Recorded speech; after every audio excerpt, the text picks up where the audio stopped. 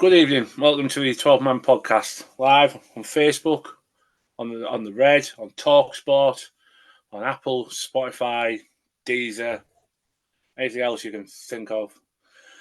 You got me, Steve Jackson. I'm your host for the evening. We've got Mr. John Donovan with us. Evening, John Don. Now then, how are you doing? I'm good. Injury update. How's the knee? 90-degree flexibility. Start physio a week tomorrow. So hopefully that will speed up the healing process. Well, not the healing process, but the situation where it gets back to as normal as it can be, so that I can, do normal things. I'm a bit restricted at the moment, as people know, but anyway, yeah, it's improving, and hopefully physiotherapy will speed up the recovery. So you make it sound like the boro healing process. I'm hoping the next hour we can heal everybody after the absolute shambles of a week. Mr. Jacob James is with us. Evening, Jacob. Evening, you okay? Not bad. Have you won manager this season yet? No, not yet. Not yet. It's coming. It's coming. If anybody doesn't know, Jacob does manage a Sunday League team, and they are doing quite well, aren't they? Yeah, pretty good. Good day yesterday. There you go. See, bit of positivity. There you go. It's very positivity I'll have in my head, but there you go. And also Mr. John Cutler with us. Evening, Cut. Evening, gentlemen. You all right? Been better. Snap. Nothing to do with the hangover I had yesterday. Absolutely nothing to do with that. So we've got Leeds to talk about. We've got Millwall to talk about. And then we'll talk about Easter, which, quite frankly, I was hoping more to talk about Easter eggs than Easter football. But hey-ho, wrong podcast. So before we start, though, as usual, are we all right? Yeah. Yeah. Aye. Good. Yeah, we're good. Happy days. That's what we need to hear, isn't it? That's what we need. Right, so we'll start with Leeds. So start with you, Cuts, because you love Leeds at home. Didn't go to plan, obviously. They had 2 goals wrongfully disallowed, which people focused on after the game. Well, we should have got beat 3-0. But I'd rather look at the positives of that game.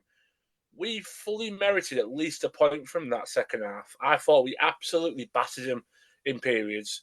It wasn't even just one period with sustained pressure. It was like one, then a little bit of a gap where they had a disallowed goal. And then we had them again, and you just felt another day we just scored 2 or 3. Oh, I might have been a bit delusional. No, I think I walked away from that game, and even though we'd lost, and I was gutted we'd lost, and I took positives out of that game. I think if we'd have been a bit cooler in front of goal, especially like you say, second half, we could very well have came away with a point, and no one could have grumbled with that, really. Azaz had a good chance. Bergdorf had a good chance. Azaz, I was a bit surprised, actually. He's normally pretty cool in front of goal, but yeah, I came away from that game, and even though we'd lost, I thought there was some positives in there. They're obviously a good side. They're up there for a reason, and I thought we matched them, especially second half. Yeah, well, no, I completely agree with you. It was a frustrating second half because literally the only thing that was missing was that final pass, that final shot, just that bit of final quality, to be quite honest. And I was exactly the same as you. I thought we merited at least a point, especially when you look at the other results, John Don. When you see Bristol City scoring 94th minute, you see Coventry scoring 96th minute, and you think we probably needed that point at that moment just to give us a bit of a good feeling, because them 2 goals knocked the life out of me when I saw them.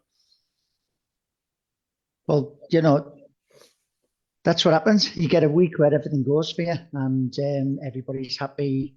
Social media is tails up, and then you get a bad week where you don't get your results, and other results conspired against you, like you said. 2 last-minute winners for our nearest teams in the playoff battle. But you've just got to take it on the chin and get on with it. I thought at Leeds, as soon as they got that lead after 2 minutes, they had to win, and they made sure that we didn't get back into that game in the first half quickly. They put all 11 men behind the ball. They crowded around the player with the ball. They just closed shop on us, which in a way shows a little bit of respect for us, but we handed them that sort of the reason to do that, because we give a bit of a soft early goal away. So yeah, we sort of handed that to them. It was a bit of an unlucky goal as well when you look at the goal again. I know Dan James did really well to get in front of Iheanacho Jr. and Iheanacho Jr. did get a bit of criticism for not tracking the man properly, but another half a step and Iheanacho Jr. gets that ball, and you're not even talking about that. And even Travers tried to keep the ball out and wasn't far away from doing that. But Jacob, it was just another night of what ifs, what could have been, and I think we've had pretty much at least half a season of that ourselves. It just showed our season pretty much in 90 minutes. Yeah, I think I'd say it was actually our best performance in months, in terms of our passing, and sharpness on the ball. But again, I think, Leeds hanging on for a 1-0, whether people want to call it lucky or whatever they want to call it. That is the sign of a top team, and that's the reason they're going to go and get promoted. And that's the reason why Middlesbrough aren't going to finish in the playoffs. That one game shows exactly where both teams are going to end up and why they're going to end up there. So I think if Middlesbrough were a top team, we'd have got to draw out that game and we'd have finished our chances. So I think it shows where we are and sadly where we deserve to be. There's the optimism you were waiting for. Happy days, huh? But no, he's absolutely right. We spoke about it last week. That's what good teams do. Look at the teams at the top end of the table. The top two, Leeds and Burnley, both grinded out wins during the weekend. At the weekend, that's what top teams do. This time, we've said this. This moment in the season, you don't look at performances. You don't look at how you do it. Just do it.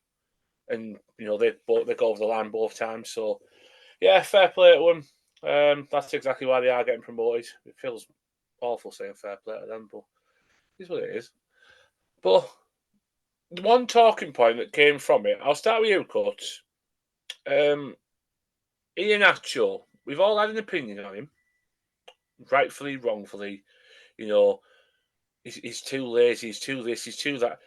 What I don't agree with was fans cheering when his number went up to be taken off. I fully get this criticism, and I fully get that fans don't like him and they see him as the replacement that shouldn't have been for a latte lap. But I don't know about you boys, but for me, I'm not that type of fan.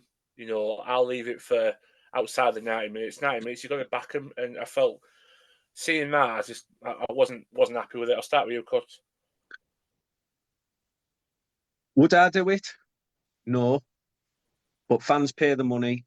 Mm-hmm. They're entitled to do it. They're on big money. Like I say, personally, I don't agree with it. So if I can skip ahead 24 hours, you have the manager coming out and bigging him up, saying he's this, that, and the other. And then 3 days later, he's out the team. So, like I say, I can understand why fans do it. I wouldn't do it personally, but they pay the money, Steve. They're entitled to do it in that stadium. It wasn't like they were doing abusive chants. They were just booing and showing frustration. And I think that boils down to the apathy that I think seems to be surrounding the club at the moment. And one of the reasons why I've talked about certain issues at the club that need addressing in the summer for me. So I think it's as much criticising the manager as it is criticising the player. Yeah, no, I agree. I'll come on to that a bit later because I've got exactly the same feeling as you. When I came out the Millwall game, I thought the sun got more criticism than others should have done for me after Millwall. But we'll talk about that a little bit later. So keep them lovely thoughts in your head. We'll get them out. John, come to you. Obviously, you're a bit like me. You're backing for 90 minutes. Whatever you need to say after the game, in between games, do it. But for 90 minutes, get behind them. Fully get where Cuts is coming from. People do pay the money, and I do get that. It's just not my way of going forward with things. What about you? Yeah, I don't like to see it. I mean, he can't do anything at all for the player in the way of confidence or really wanting to play. He's on loan. He's not our player. He knows that. We know that. But surely, if you go or if you want to get the best out of a player, sarcastic cheering when his number gets held up doesn't help him think that it won't help him think that he's going to bust a gut, because he didn't play well against Leeds. He hasn't really had too many bright spots in his loan spell. But come on, he's got our shirt on. We can all discuss it with a pint afterwards, and we can all have our say there and then. But I agree with you, Jacko. While the game's in play, for goodness sake, you want your team to do well, so try and give them your support, even if it's the most difficult thing to do, because the performance isn't there. I don't think I've ever seen a team during a game lift their game because of a chorus of boos, or you're not fit to wear the shirt, or you don't know what you're doing type of chance. I can't remember it. If anybody's listening who wants to enlighten me, then I'll open up and say, okay, then yeah, fine. But I can't think of any example that sort of crowd noise is anything but deconstructive. I don't particularly like it, no. Go on, Coach. Just devil's advocate here. 2 weeks ago at home, near enough the full stadium booed or the whole set of the players off the pitch, and they came out second half like they'd had a bullet up the backsides. Like I say, I understand where they're coming from. I agree with you. It's not something I do personally, but I do understand it, because you are saying he's not our player, but currently we're paying him a handsome chunk of wages. Probably, I would say he'll be up there on a par with any player in this squad. And let's be honest, he's done absolutely nothing while he's been here. Absolutely nothing. So I understand the fans' frustrations with him.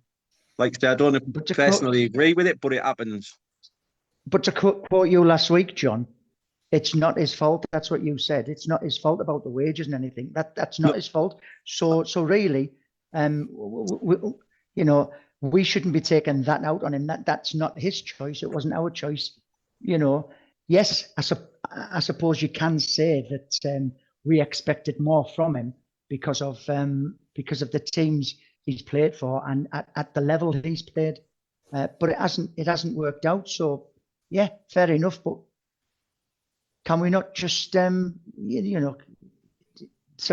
the team and support the individuals? I think if you look at it on a whole, though, against Leeds, John, I'm playing slightly devil's advocate here. I've said a few times I don't particularly agree with it, but the atmosphere against Leeds was absolutely brilliant.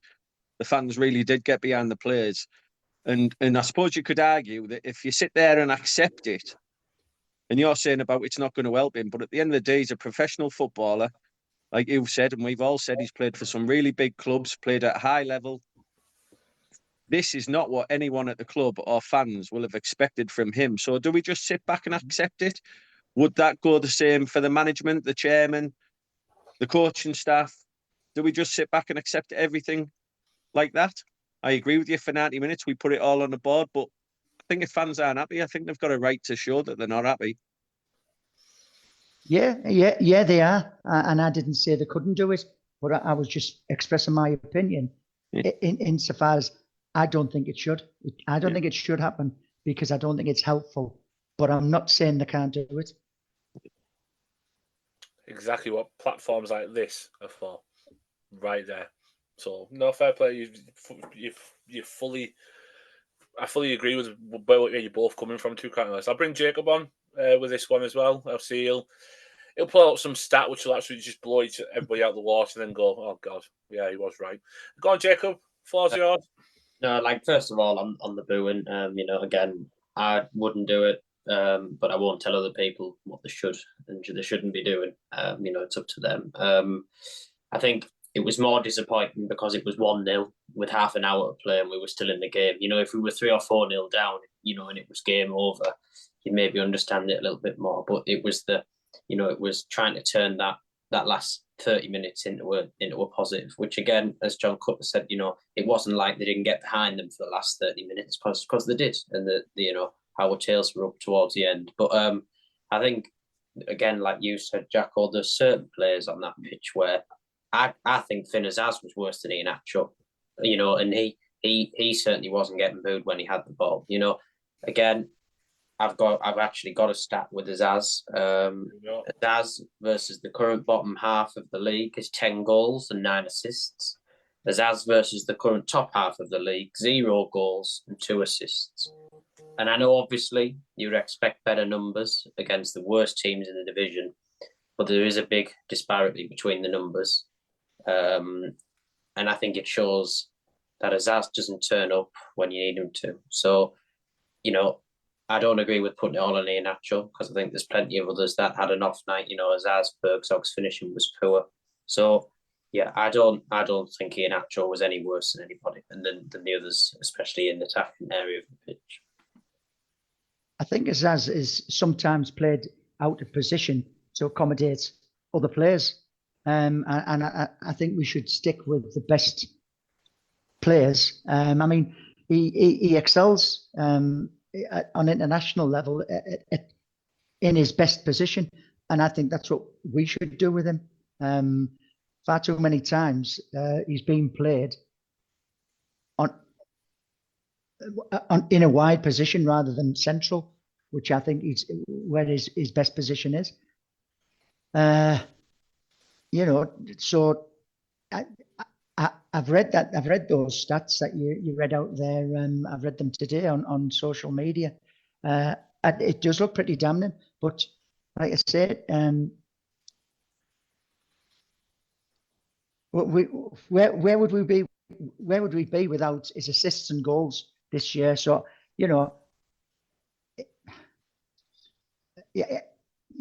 I can't see where you're coming from when you say Azaz is worse than Iheanacho. I don't get that. Well, I didn't say he was worse. I just said that he was in that game, and it certainly wasn't let's boo Iheanacho and let's clap Azaz. It wasn't a game for that. But I wouldn't boo any of the players. But I don't. I think the whole Finn Azaz is a great player is a bit of a myth, and that's just my opinion for that. But again, it doesn't help. I know we'll come on to it. It doesn't help when the manager takes Iheanacho out the team after telling the fans that he's doing well. You either think one or the other and you back him and keep him in the team, or you come out and say he is struggling a little bit. But and then you keep Azaz on the left. Whittaker comes in the 10 and Bergzog's on the right, where he doesn't play very well either. So the manager is playing people out of positions, and he has all season. I think this is a massive question. We've got players to play in their correct positions, and we all know Finn Azaz's best position is as a 10. Why is he changing that so much? We've brought Whittaker in who can play wide. We know what the best we've seen of Bergzog this year has been on the left. Yeah, he's playing on the right. You're moving your most creative player, the one with the most assists and a good returning goals in Azaz, out of his most favoured position. What's all that all about? Like, that's crazy. I can't understand it for one as a fan. No. There we go. I think if I was to try and argue why he's done it, it would possibly because Bergzog played on the right against Leeds, and Azaz played on the left against Leeds, so he didn't want to change too much up. But I don't agree with it. I think it's ridiculous. But that maybe would be his argument. But like as you say, you'd bring Whittaker back in to play him on the right, put Bergzog on the left, and you'd have Azaz back in the 10. So they definitely didn't help. And you could tell, Saturday we weren't very free flowing, were we? So it definitely didn't work. There you go. Jacobs woke up today and chose violence. So there you go. That's just blew everything out of the water. I went from talking about Iheanacho contributing to Azaz doesn't do it in the top half of the championship. So there you go.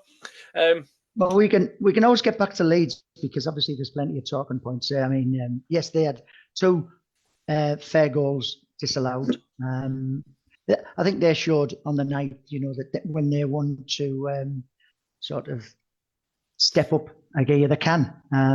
It's not something we've shown that we can do very often. But like I say, that early goal made it slightly easier for Leeds to take a little bit of control of the game, especially first half. Second half, we were much stronger. We wasted and missed some glorious chances. But fair play, we improved second half. We won some battles in midfield, which I still maintain is the key department for any team. There's key positions, but the key department for me is midfield. If you can win that, then you're on the way to obtaining a positive result. So yeah, like I think it was John Cutler said, yeah, come away from Leeds with some positives, but we didn't deserve anything from the game, if I'm honest, because Leeds, we could have got a draw. Yes, we could have, but I don't think we'll have deserved it. But we'll have took it all day long. Leeds just looked stronger, and they knew what they had to do. They had to win. We said this last week. They had to win the game, and they made sure they did. Yeah, no, you're absolutely right. It's that's what, like Jacob alluded to at the beginning, it's what good teams do. They get the goal and they hang on. It's exactly what they did. So yeah, frustrating, really frustrating night. We'll move on. We'll talk about Saturday now. I'm looking forward to this. So you've all alluded to it. Carrick give us the big talk on Friday. Back to Iheanacho, completely say he's worked out, he's done this, he's done that. Then proceeded to drop him, which made all his words seem a bit daft. But I'll start with you, Jacob. We brought in Morgan Whittaker, which for me, I think he's better as an impact sub off the bench. What's your opinion? Again, I think for the money we've signed Whittaker for, I don't think we've seen nowhere near enough from Whittaker. I think he's been really disappointing. I might be the only Boro fan who would have kept Iheanacho in the team, possibly. I would have. I'd have had Bergzog on the left and Fors on the right and Conway up front. But I think so. Yeah, I wouldn't have played Whittaker. And yes, he's done okay off the bench in a couple of the games. But again, I'm disappointed from what I've seen with Whittaker so far. Would you agree with that analogy, Cut? No. Okay, go ahead. I've saw things in Whittaker that I really like, and I think you've got to remember that he's only been here a short space of time. I think his work rate off the ball is pretty good. I think his touch is good. He tries to bring players into the game, and it's about building relationships. I see a player in Whittaker. Going back to the little thing about Iheanacho, after his little pep talk from the manager in the press, I think that would have been a perfect game to keep him in, because Iheanacho would have thought to himself, I owe the manager one here. He's backed me up. I'm going to show that he's right. But yeah, with regards to Whittaker, I don't think he's shown everything that he's capable of, but I've seen glimpses of him that make me think he can be a really good player for us next season. And let's be honest, that's probably what it's all going to be about now with him. I'm certainly, I'm not saying Jacob's writing him off, but I'm certainly not writing him off. I've seen some things that I really like about him. I know I don't want to sound vague, but if we sign somebody for 6 million in January and we're saying, oh, we're looking forward to seeing him next season. I mean, I think that's really poor. Someone it's not like he's come from abroad either. He's playing in the Championship already. He's played in the league a while. I just think, I mean, he hasn't scored yet, has he? Has he got a goal yet? I don't know. Has he got one assist or something? So one assist, no goals. Yeah. So to me, if you said, right, there's a £6 million player in January to May, he's going to get one assist, you'd be very, very disappointed. If I was the manager signing someone for 6 million and thinking, even if he could get me 4 goals or something, to contribute, but one assist, I just don't think it's good enough. I don't think he's got potential, of course he has. And hopefully he is good next season. But if we're signing people for 6 million in January just so they can be good next season, I mean, come on. To be fair, after the recent goal you've just had as us with his assists and goals this year, you couldn't say nothing else about Whittaker, could you? Well, no, but I don't think any of them are delivering as well as they should be. Which I agree with, to be fair, yeah. Devil's advocate. If Whittaker scores the winner at Coventry and gets us 6th, would it change? Well, would he be worth his £6 million? No. Just posing the question. John Rhodes didn't score many goals before we got promoted. Every goal was a key one. What do you two make of Whittaker? John, you go first. I need to think of something.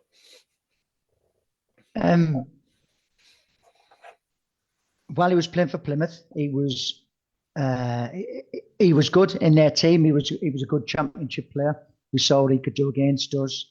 We saw what he done against other better teams in the Championship.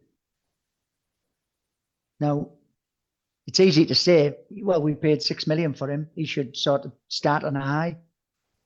But transfers are gambles. No matter how much you pay for a player, some work, some don't. I'm not saying it hasn't with Whittaker, but he certainly hasn't grabbed the headline, so to speak. But that doesn't mean to say that there isn't a good player there. At the moment, we're not seeing what we've seen of him previously while he was a Plymouth player. We've not seen that for Middlesbrough, the impact. But for a young player, I think £6 million, you might say, yes, it's expensive for a young player, but the valuation it's down to the two clubs whether it's right or wrong. He might start off next season doing really well, and we'll think 6 million was a snip. It doesn't look justified at this moment in time, but let's wait and see. Whittaker reminds me, when you see, I'm not comparing us to the big clubs in the Premier League by any chance, nowhere near. When you see someone like Man City or someone, but pick a player from a mid-table club that's shone, that's been brilliant, that's been, far above what's been around him for half a season, and they pick him and they put him in their squad, and all of a sudden he's now surrounded by similar to better quality players, and all of a sudden he doesn't look like the shining star that he possibly might be. That's what I think Whittaker is. I think he's got a bit of adapting to do. He's not the big fish in a small pond. He's in a big. He's a small fish in a big pond now. He's at a bigger club. He's at a bigger, platform to show what he's made of. And unfortunately, there's players around him that are showing a bit more than what he's capable of. That's nothing to say that I'm writing him off, because I'm a massive fan of Whittaker. I said in January, let's go and get him if we can, and we did. But there's so much more to come from him. I just feel that a bit of what you've all said. He's not being played in the right position. I don't think he helps himself during games, because he just drifts towards the position he wants to go in anyway, which then knocks everybody else out of pattern and out of sync. There's something there. We just haven't quite got it yet. We haven't quite found it, and he hasn't quite found his place yet. That's how I'd I'd judge Whittaker at the moment. You all did get my little anatomy of big fish, small pond and that, didn't you? Yeah. Analogy, you mean? I did say analogy. It's me lisp. You didn't. Sorry. You definitely said anatomy. Did I say anatomy? Anatomy, yeah. Yep. Oh, that word as well then. Dr. There you go. Jackson. I know. I try big words and I can't get them right. But right, we'll talk about the game.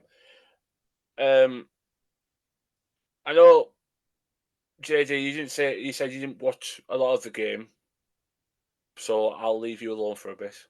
Rest your knee. Yeah, I'll chip in with comments as and when. That's fine. The key battle, because I pinched what JD said about the key department, as he put it. You know, I said position, but you know that if we're going to pick on something, let's pick on that. The key position is centre midfield, and I felt within 30 seconds on Saturday we lost that straight away. The ball went into centre midfield. I can't remember who it was because of factors around me, because I can't remember. They got absolutely done in a 50-50, and that set the tone straight away. Tell me if I'm wrong, but for me, that gave Millwall such a lift because the den went straight up. The volume turned straight up, and then it just made the others look and think we're in a bit of a battle here, which I should have known anyway. But I'll start with you, Coach. Did you agree with that? Listen, I'm no manager. I haven't played professional football. But you've got to be a special kind of stupid if you think you're going to go to Millwall and not need to fight. It's the same whether they're at the top of the division or the bottom of the division. Their fans will accept nothing less than being in your face and getting stuck in. So that's the least you'd expect when you go to Millwall. This isn't a criticism of them, but for 90 minutes, they were nothing. They weren't great. They probably deserved to win the game because we were, if anything, even worse. But that shows how far we fell, in my opinion. It was... I'll mention it a bit later about the manager's comments. I was absolutely fuming at the game, to be honest. Fuming with the performance. I thought, first half, Ilan Jr. was the only one who was a slight bright spot. Yeah, he had half of... What is it? Is it the new den? Whatever it's called. He had half of that pitch free. I don't know why we just didn't keep pinging it over all the time. He was the only player we had in that game that I thought was any kind of threat at all. I thought there was some other half-decent performances. Notable mention, I thought Howson. I thought, to be fair, you mentioned the centre midfield. They might have got bullied a bit, but I thought Morris and Hackney tried to drive us on. But there was some performances on that pitch, and we'll come to it later, some performances from staff off this pitch that were, for me, diabolical. I'll come back to you, don't worry. Jacob, what did you make of the game on Saturday? I was massively, massively disappointed, underwhelmed. How we've gone from where we were last Saturday to this Saturday. We were miles off it.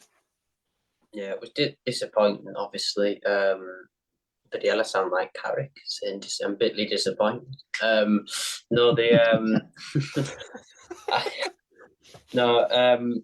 do. I just think it was back to like ponderous possession, without purpose. It was, the first half was pretty dull. And I think you could tell they got a bit of a bollocking at half time because they've been playing quite well with Alex Neil. And, Sub came at half time, Langstaff came onto them. So they had a bit more of a presence up front. And I think Langstaff actually changed the game. I think as soon as he started getting into the game, they got the ball into the areas they kind of want them. Then their crowd got up a bit. We were struggling to regain possession as much as we had in the first half. We had about 60% in the first half, but it was lower in the early stages of the second half. And again, for the 15th, 10th time this season, we wait to concede before you change. You could tell something was coming. There was another couple of chances coming their way. Or even if there wasn't necessarily a goal, Boro didn't look like we were going to start creating chances, and obviously we didn't create much at all. So it disappointed me again to see the manager being reactive rather than proactive, which I've said 1,000 times on this podcast. So I think it typified again Michael Carrick's performance as coach this season at times, and also typified Boro as a team. When I feel like Carrick's Middlesbrough is when you're dying for them to turn up and you want them to turn up, and they never seem to. You look at Swansea away when we were around it, and then you such a flat performance. Then you look at Millwall, it's like take the positives out of the Leeds game, go and get 3 points at Millwall, and you're right in it. You're right in it still, and it almost just evaporates. It feels so flat, and that didn't look like a team again that was fighting to keep themselves in contention for the playoffs. And when you've got Billy Mitchell and George Saville dominate the midfield, it's disappointing. So yeah, I can't say much more apart from it was disappointing. The subs were late, and once it went 1-0, I kind of felt that was it. Yeah, I have to agree with the subs. You could see them warming up. You could see them, doing the all days you say stretches and stuff, but they were just basically watching the football game from a different angle, really. And then all of a sudden, the lad scored for Millwall. I can't remember his name. He went off injured anyway, didn't he? About 5-10 minutes later. And you just all of a sudden you saw McGree and Force whipping the tracksuit tops off, and they were ready to go. And you thought, we've made that sub because he's panicked.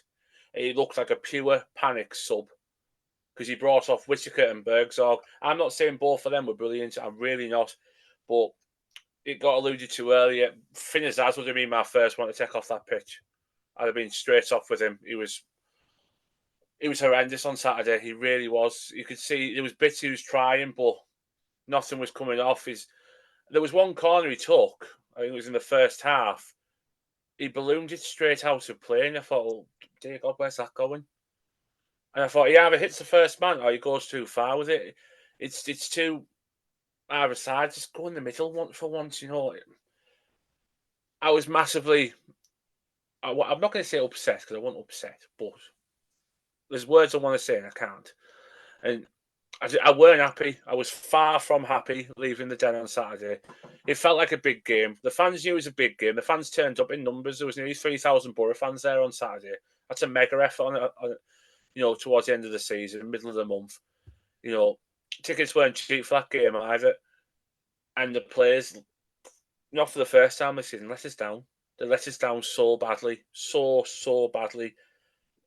I mean, you lads watched it at home. I haven't watched the highlights back because I simply refused to watch them, to be quite honest. Langstaff screamed for a penalty in the second half. Was it a penalty? Yes or no? I don't think it was when I was watching. I didn't notice anything that seemed to be like a clear penalty. But again, one point I'd like to raise again on the game is when the managers from the oppositions tweak something at half time. Again, it's not the first time we've seen a team come out in the second half and just completely have us. I think back to the Sheffield Wednesday game at home on Boxing Day. They tweaked a couple of things, and then from then they look like they're in the ascendancy. So I do think we struggle as a coaching staff and a team to deal with tweaks made by the opposition at half time to take in the second half. And I think that's also a familiar pattern in certain games as well. No, I mean, just at the bits that I saw first half, we looked comfortable. We didn't threaten a great deal. Don't get me wrong. And having possession means nothing unless you're creating or scoring goals. But it was nice football. But that word "nice" it just resonates with me because I don't want my team to be nice. I want my team to be tough. I want my team to be hard. I want my team to be difficult, and I want them to scrap for every ball. For the fans who've travelled all that way to go and watch them. And like Jacob said, you go to the Den, you're not going to get you're not going to get any favours. You have got to be up there, and massive game for both teams. But it was clear which team wanted it more, and that was Millwall, and it was disappointing to see us so weak and feeble in challenges in certain sort of like areas of the pitch. I mean, you take the goal. I'll let Steve. I'll let you take over and let the other lads speak about the goal, and then I can have sort of my say. But obviously, let them lads speak first, and I'll have my say about it. Yeah, well, yeah, I'll agree with you on that. I'll give my take on the goal. It was an absolute shambles.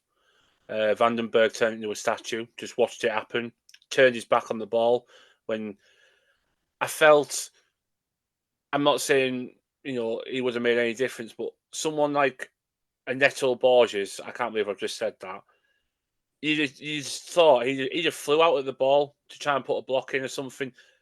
It's just the fact that he turned his back and just let it go other side of him. I thought he didn't react quick enough. He was too static. He was too slow to react to anything. You could see Howson looking at him as well when the ball went in, and I thought we all knew what was coming because we were all behind it. The away end was behind that ball going in. We all saw it.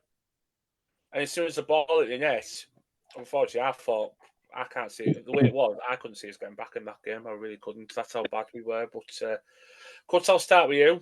You talk me through that goal.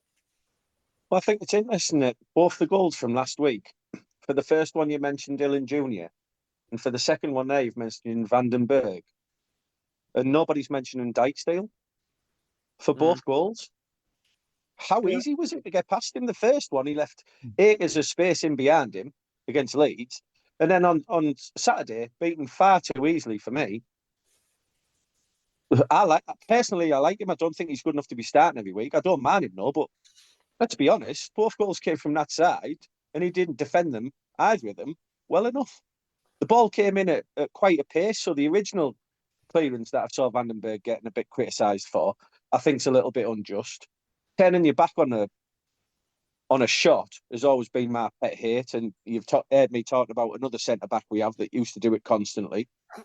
But for me, both goals came from the right hand side, and Dijksteel's got to take the bulk of the blame for both of them goals for me. Never mind anybody else. Yeah, I see where you're coming from. I mean, I'll talk about the other side in a minute. Because there was a player that just got free rein all afternoon until he got took off. Jacob, come to you. Yeah, I think that again it was another like drill cross, and again a similar goal we've conceded, like in terms of not tracking runners very well, and people coming onto the ball on the edge of the box. We've conceded a few of them this season. So again you want to see a Boro player just if you have to pull him down, somebody just drag them down. Just stop them. Sometimes it feels like we're again, it's that little bit of like committing a clever foul. We get so many silly yellow cards for tripping in the wrong areas or shirt pulling when you don't need to. But at the times where you think somebody please just bloody pull him down, bring him down. If you get sent off, you get a yellow card, whatever. But just have that fight to just think we're stopping anything. We're not letting anything going out of net today. The Dijksteel one, I don't know. See it from both sides. I don't think he's aggressive enough in going out to his man. But from watching it back, he does show him on his weaker foot, which is obviously better than showing him onto his favoured foot. So, there's an argument for blame there, and there's also an argument to defend a little bit. So, but again, it was more even if that ball gets into the box, we should have midfielders back in there. Tracking the lad who scored the goal. I'm not going to try and pronounce his name. And again, like I said, it was a goal that we've conceded many times this season. So yeah, frustrating. Negley. Well, what I was going to say about the goal has already been mentioned. All the points I was going to bring up have already been mentioned. But We lost the ball in the centre circle, and our two central midfielders just jogged back. Now, 5 games left of the season. Crucial stage. Still in with a shout of getting into the playoffs. I would be busting a gut to get back there. And if I couldn't make the ball, like Jacob said, take the man.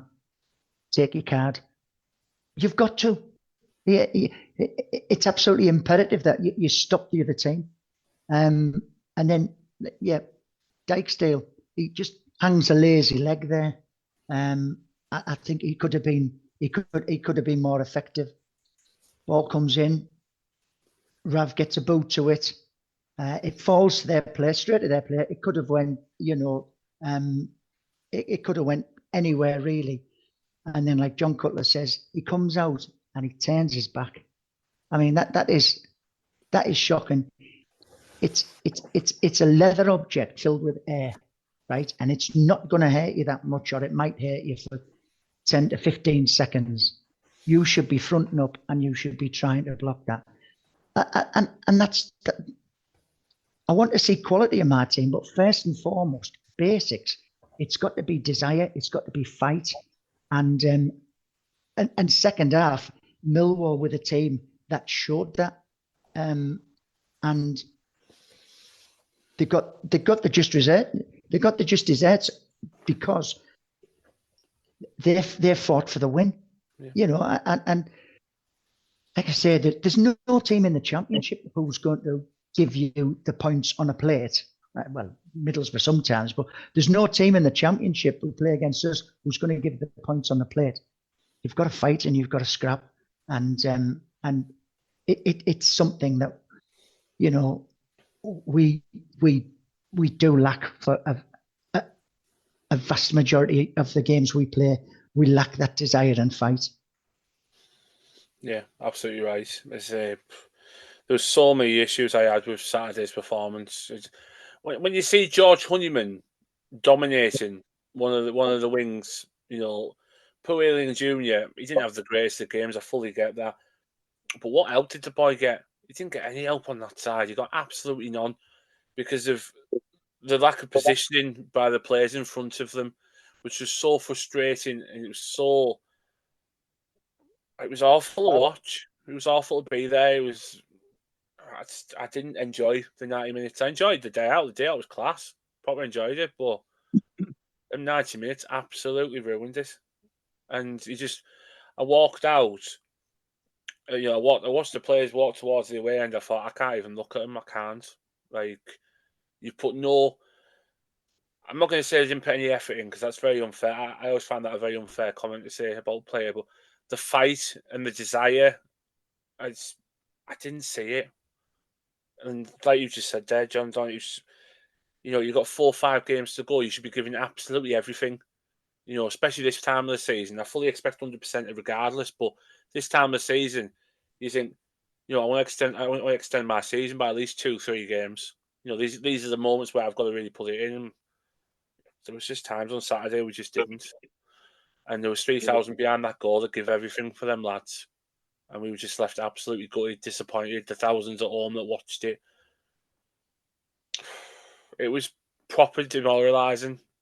And you just felt, is our season over? Has that just killed our season right there in front of us? And, that's the debate, that Man U fans are going to have until Friday when we play Plymouth. I mean, I'll ask all 3 of you. I know what John Don's going to say. I'll ask all 3 of you just one word.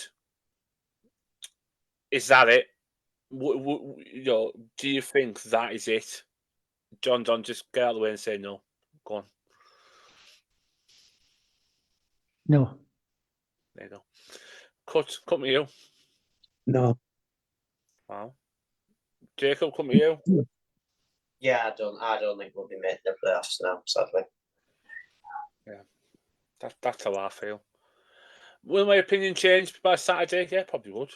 If we batter Plymouth, probably will. But go on, Coach, come here. Just before we move on, I'd just like to get your lads' thoughts on this. Yes. There's fuming and angry as I was with that performance, not just on the pitch off it, what irritated me even more was when I saw on X a little bit later on the manager's interview, where he says, "We controlled the first half. I thought we were really, really good." Sorry, for a game that really, after the Leeds result, we have to win, and we've got to be picking up points. To say that was really, really good, that's the second interview he's gave in the last 4 days that have completely made me think, what's he talking about here? Am I seeing something different? Is it only me that thinks this?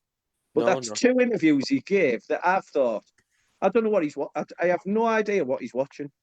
If he really genuinely thinks that and thinks that the fans believe it, I have no idea what he's trying to do, because he's completely, if he thinks that was really, really good and that we're going to sit and accept that kind of performance in a game that we need to win, and we all knew we needed to win, he's on a different planet than me. I tell you that for now. Well, he was right. We did control the vast majority of the ball, but we done nothing with it. We didn't create a great deal. There wasn't a great deal of threat. We were really, really good, John.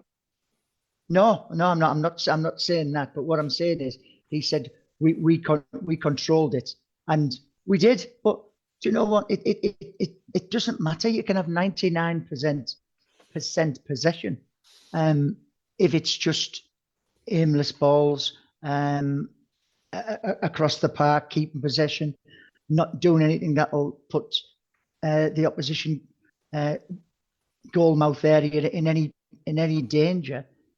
So yes, we did dominate it, but it wasn't very, very good, no. But yeah, we had to get something out that game because we got nothing against Leeds. If we'd have got a point, it would have been disappointing. But you look now, it would have been we're on 61. There would be on 58, and we'd be 1 point behind Coventry, who play tonight, have a tough game against Hull, still fighting for their lives. So a point would have been disappointing, but it wouldn't have been the end of the world. You know, but yeah, I understand what you're saying about him saying we were really, really good. I disagree with that. No, I agree. I completely agree. I feel like he's scared to give out some constructive criticism at times. I feel like he's one of them managers that's just going to say, yeah, we were all right. We did okay. We did this all right. We did that all right. He's nice. He's like what the team is. The team's like him. Nice. Nice. Yeah. And I don't want us to be nice. I want us to be tough, hard, nasty at times. Exactly.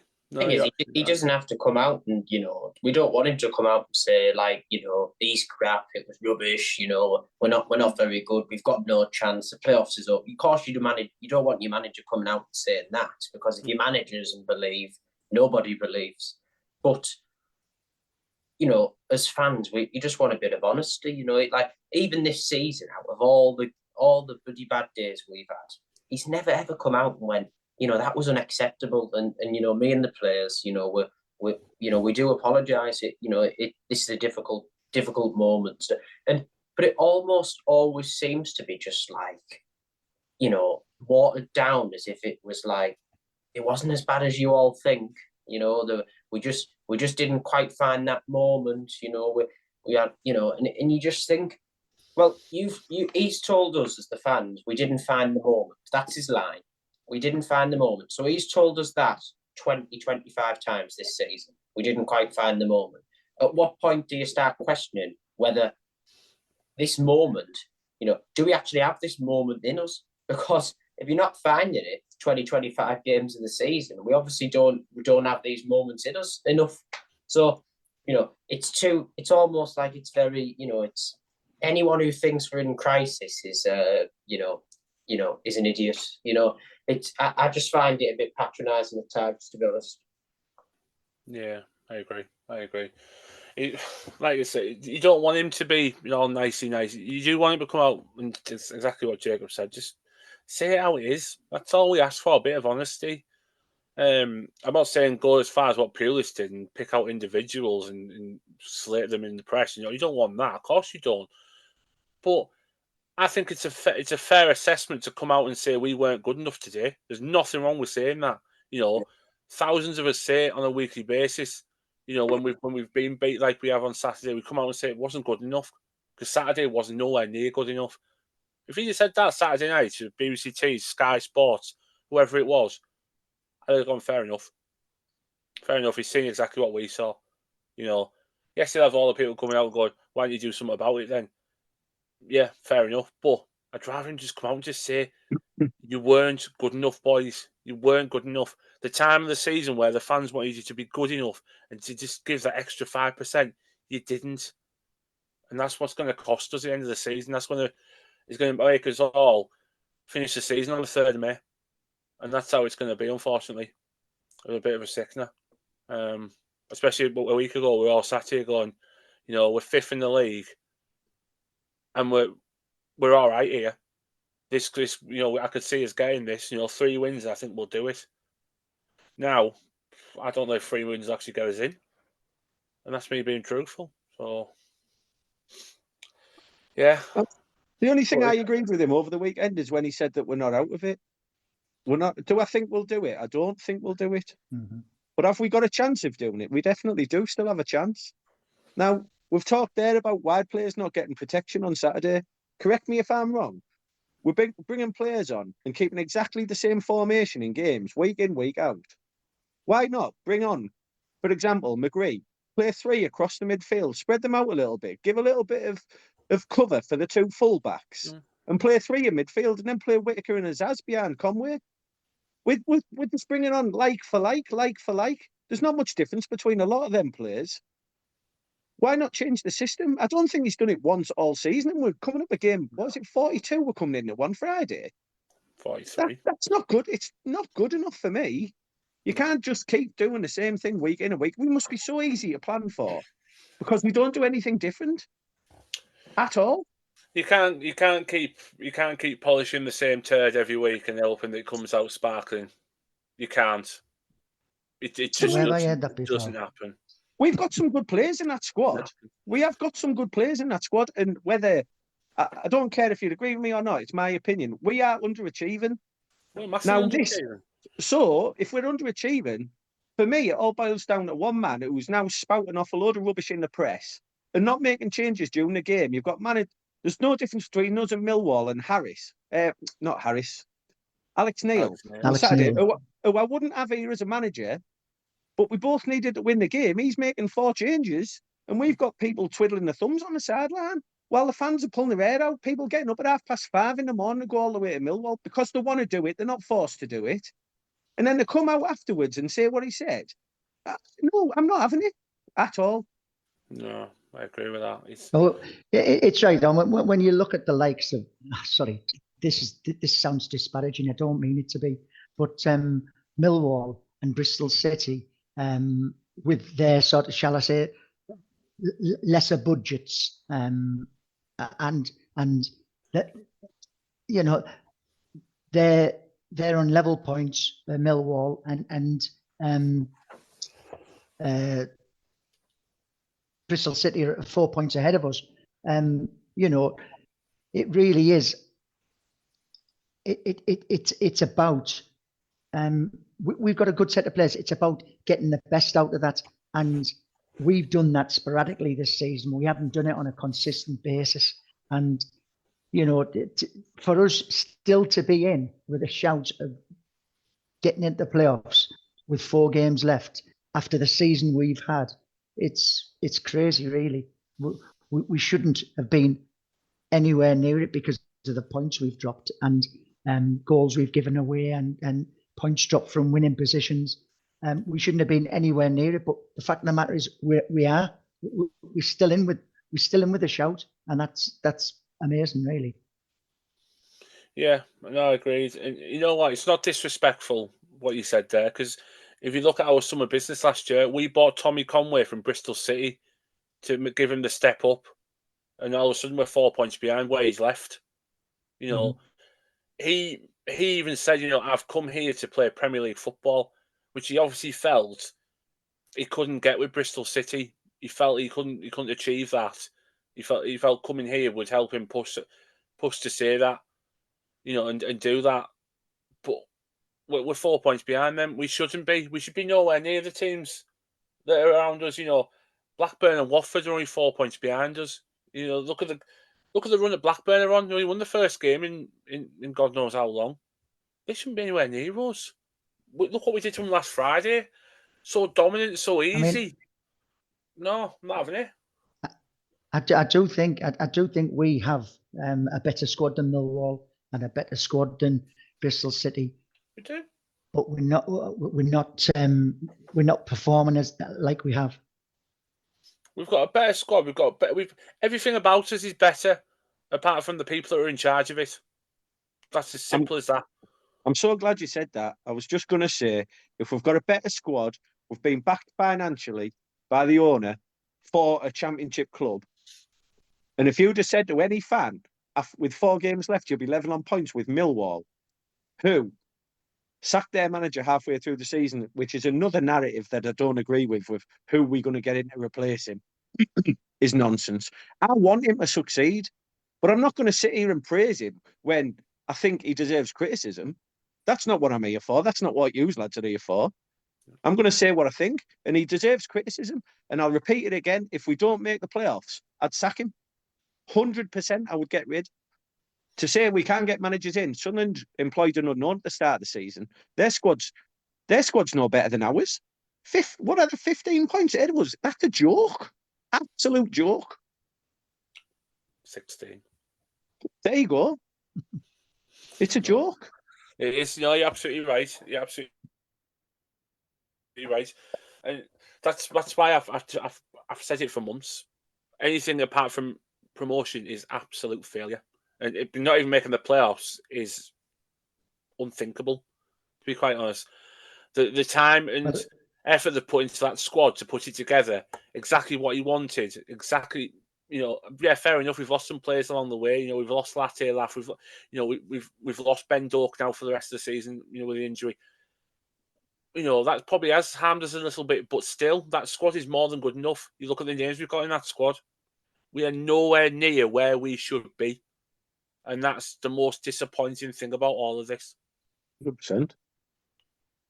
That is something we must address. We've had 2 terrible seasons of injuries. And it coincides with the training pitches being relayed at Rockcliffe. Now, I'm not saying that's the cause, but it just seems that that I was told that there was going to be an investigation as to why we had so many injuries last season, and well, the same things happened this. So yeah. I'm hoping that things can improve, because it does hinder a team's plans. It does hinder a team's progress and level of success if you aren't able to choose the team you want to put in week in, week out. Now, I know injuries on the pitch happen, but we've had far too many that have happened on the training pitch, which I think needs to be really questioned. 2 things. One, every team in this division will have had injuries. The second one, we've got a manager here now that's been here 2.5 years, nearly 3 years, and you're supposed to progress. If anything, we're going backwards every season. So how as an owner, do you sell season tickets and say, "Oh, next season's going to be better," even though we have regressed in the last 3 years since he's been here, but still buy season tickets? Like I mentioned earlier, I think there's apathy around a huge section of fans. Now, apparently, I've heard season ticket sales have been pretty good, which for me is amazing, brilliant. Shows we've got a strong set of fans that are going to back us no matter what. But are fans willing to accept 8th, 9th, 7th every season? We've not been in the Premier League since 2016. And we're not massive spenders, but we're decent spenders in the Championship, and we are underperforming. And we have since the biggest mistake we made was when Karanga was in charge, and his job at the start of that season will have been to keep us up. And when we sacked him, we were outside the relegation places. The start of this season, our target will have been the playoffs. So if we don't make the playoffs, I fully expect to go into next season with a new manager. Yeah, no, you're absolutely right. It's sad that we've, people go, oh well, last week you were talking so positive about this, and this. Unfortunately, that's how football works. That's how football works. We've all put our hands in our pockets and we've all paid the money to go and watch us again next season. And quite frankly, the fact I won't be watching Premier League football next season more than likely hurts. And people the thing that winds me up the most is the people that come out and go, I didn't even want to get promoted anyway. Don't talk absolute rubbish, right? You're fooling yourself. You're absolutely fooling yourself. If you're happy to go and watch us finish 7th in the Championship every year, you're lying to yourself. You're absolutely lying to yourself.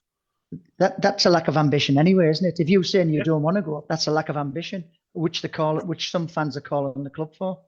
No, the ambition is there. It's just that on the pitch we've not delivered. We've got the squad in place that should be doing better than we are.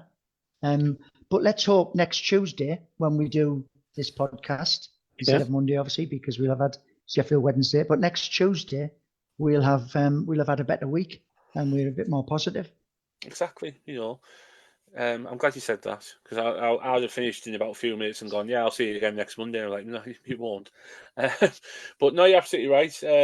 What? Just one tiny little thing I'll say before I move on quickly to the Easter fixtures. Again, Mark Travers had a really good game. There was a save he made 5 minutes before the goal went in. Unbelievable. How he got down. I think it was Honeyman that actually had the shot. How he got down and got his right hand to it, I don't know. And it's players like him I feel really sorry for. Yes, he has made a couple of mistakes, but some of the saves he's made this year, in the short time he's been with us, have been absolutely phenomenal. And like you said last year, Cuts, if we can keep him, I'd be absolutely delighted. Because it's like when we're approaching the end of the season, you think which players have you been happy with? I mean, one of the players that springs to mind for me, and he's only got himself back in the team recently, is Johnny Howson. He's hardly played this season, but he's the type of guy that I want. He's the type of player that I want in the team. And like you say, Mark Travers come in January and he's done fantastically well. Tommy Conway, I think, has had a good season. So it's at this time of the season where you start to think about that. But to have, in my mind, Johnny Howson as a key player, despite the number of games he's missed, it's telling really. I know Hackney's had a good season, but we should have had more candidates for that, shouldn't we? Exactly. We've had players that have had moments in this season, not players that have had sustained good performances. We haven't had that, and that is the exact reason why we're not. I wouldn't say up there with Leeds, Burnley, etc. Because them three have just absolutely flew away with the league. But why we're nowhere near Sunderland, what I mean? That's where we should be. For me, that's where we should be. We should be expected to be on 70 odd points. For me, but hey ho. Right, quickly go through to Easter because it's got two big games, two massive games starting on Friday. Because you look at the games around us as well. Coventry have got West Brom Friday. That's massive. Friday could be a very, very key day in the season. Could be a huge day in this season. And we're up against a team that are scrapping. They beat Sheffield United on Good Friday. That's when we're playing on Saturday. They took the fight to Sheffield United. Unfortunately, Sheffield United took the fight to them, and while they thought he'd start on two of the players. But who saw that coming? Said no one. It's the type of game. Forget what they're fighting for. Forget what they do. Look at where they are in the league. They're 24 for a reason. You're not there by luck after 42 games. We've got to get stuck into them. We've got to give them a good hiding and say, we're not done. You four lads who talk rubbish.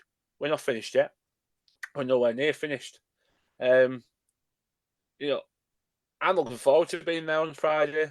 A lot of tickets are sold. It's going to be a busy busy Riverside. One thing I will say before I ask you three about your predictions, etc.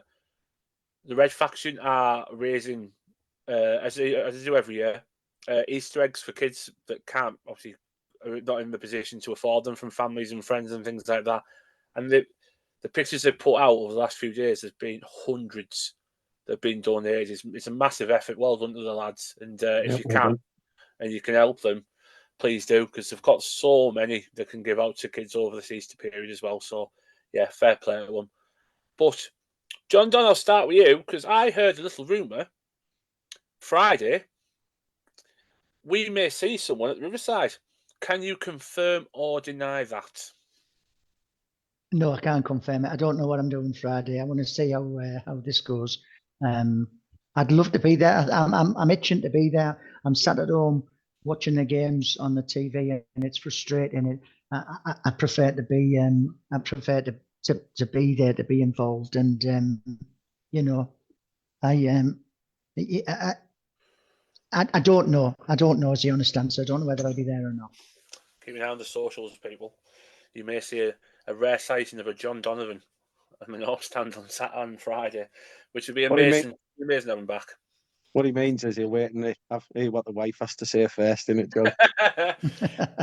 Linda, if you can hear me, let him go. But no, I'd be buzzing to have him back. I really would. It shows how big the game is. You know, if it was a game where nothing was on the line, or you know, we were comfortable in the playoffs and we were just about there. You know, I know as much as you're itching to get back to it. You know, it shows the position we're in. We need to be there, don't we? We need to get stuck in. And I'll start with you then, John. John, down with your predictions for Friday. Big game, this. Prediction is I'll be there if I can. No, it's 2-0 Boro. 2-0 Boro and Bergsog to score. And while I've got you, Easter Monday, 4,000 Boro going to Hillsborough. Yeah, 2-1 Boro. Tommy Conway. There you go. 6 points from the Donovan. Jacob, come to you. I'm going to say 0-0 on Friday. Jesus. And I'll say 2-1 to Boro at Sheffield. Who's scoring? Who's scoring? Fours. Okay. 0-0. Coach, come to you. I'll go 2-1 Boro, Whittaker on Friday.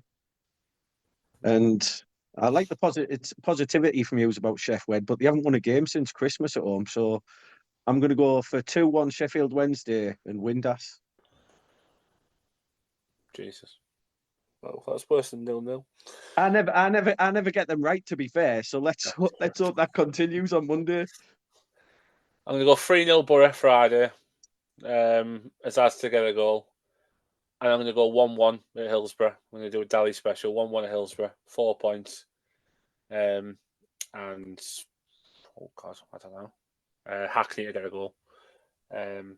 Hopefully we get 3 because there's a big following going to Hillsborough next Monday. Massive following. And fair play to everyone that's bought a ticket for that place. Because it's always expensive going to Hillsborough. Always expensive. So, yeah, 4,000 goals would be class. I think to still be in with a chance, we need a bare minimum of 4 points, don't we? Let's be brutally honest about it. If we get 4 points and then can beat Norwich, it's going to go into the last game at Coventry. So if we can go into the game at Coventry with a chance, I'll take that right now. We'll snap your hands off in a 90-minute playoff game. What we ideally need really is we need Hull to do us a favour of some sorts tonight by getting at least a point, and then we just got to do our job because then, you know, we'll either knock West Brom out of the running, or it's going to bring Coventry right back to all of us on Friday. You know, one of the two is going to happen. As long as we do our job, that's how we've got to see it. Just do our job. Stop looking at everybody else now. There's no point looking at everybody else if we're not doing what we're supposed to be. So, yes, if you haven't got a ticket for Friday, get one. Get one. It's going to be a big crowd, big following from Plymouth, I think, as well, coming up. Obviously, any stand you recommend or block? Oh, well, I wouldn't. I mean, if you want to go in block 23 in the north stand, I don't think there's many seats left. To be fair, where we are, I know, but just join us, stand among us. exactly. Just get amongst us. You know, all Yeah. all the back of the north stand is usually up and shouting. They say Cuts is a few blocks along. You know, he's exactly the same. He's always up and standing where he is. Just get in amongst it. You know, back the lads for 90 minutes. Do your morning in the pub after. I think if that's one message I could give out, and I've no doubt it'll happen because it did against Leeds. While we're still in it with a chance, whether you believe we're going to do it or not, let's just get behind them for 90 minutes. A lot of these players aren't going to be here next season. Players come and go, but this club's ours. Let's try and get there. Forget about what will happen next season. The pot of money that we'll get for the start-off will put us in a massive position. So let's try and get behind them for 90 minutes and give them everything we've got. Because at the end of the day, it's not the players' club, it's our football club. Whether you're this set of fans or you sit in other sides of the stadium, we still all want the same thing. So let's give them the best chance we can. Spot on. I couldn't say it any better myself, so I'm not going to. And that's where I'll leave it. So yes, don't log on next Monday if you watch us live. Thinking where other we won't be here. Next Tuesday we'll be back on. Enjoy your Easters, lads. Thank you so much for popping on. Hope to see all of you Friday. You know, fingers crossed. And to you people that are watching again, liking, subscribing, commenting. Just keeping us not in a job, but in a hobby. You know, without you listening, we're just talking to each other really, with nothing coming back. So, no for next Tuesday. Like John Don said, hopefully we're back with at least 4 points on the board, a bit more positivity going into the last 2 games of the season. And fingers crossed we can still be in there, because another week like this week really would be the end, unfortunately. Yeah. But leave it there. Talk next week. Up the borough. Be seeing you.